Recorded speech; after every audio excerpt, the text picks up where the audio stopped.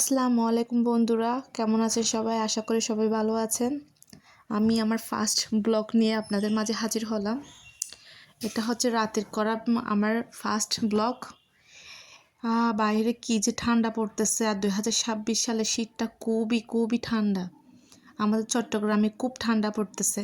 দেখেন জানালার গ্লাসের মধ্যে কিভাবে কুয়াশা জমে আছে। এরপর যখন একটু করে জানালা খুললাম, কি যে ঠান্ডা আবহাওয়া লাগতেছে, বরফ হয়ে যাবে আর একটু দাঁড়ালে। তাড়াতাড়ি জানালাটা বন্ধ করে দিলাম। এরপর চলুন আজকে আপনাদের আমার রাতের খাবারের রেসিপি শেয়ার করব। আজকে তেমন কিছু রান্না করিনি, খুব শর্টকাটভাবে রান্না করলাম। এই যে আজকে রান্না করলাম হচ্ছে বেগুন, আলু আর গাজর বাঁধাকপি দিয়ে ভাজি রান্না করছি।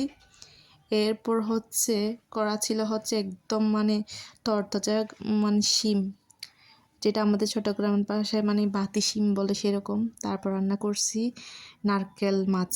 আর দুপুরে রান্না করা ছিল, তাও রাতে হয়ে যাবে। এরপরেই আমার ছোট্ট অ্যাকোয়ারিয়াম, এখনও মাছ দেওয়া হয় নাই, রেডি করে রাখছি। এই তো ভাত। আর তো বেসিনে গিয়ে হাত ধুতে তো খুবই ভয় লাগতেছে, কি যে ঠান্ডা পড়তেছে, লাগতেছে বরফ হয়ে যাব। সবাই আমাকে সাপোর্ট করবেন, ধন্যবাদ।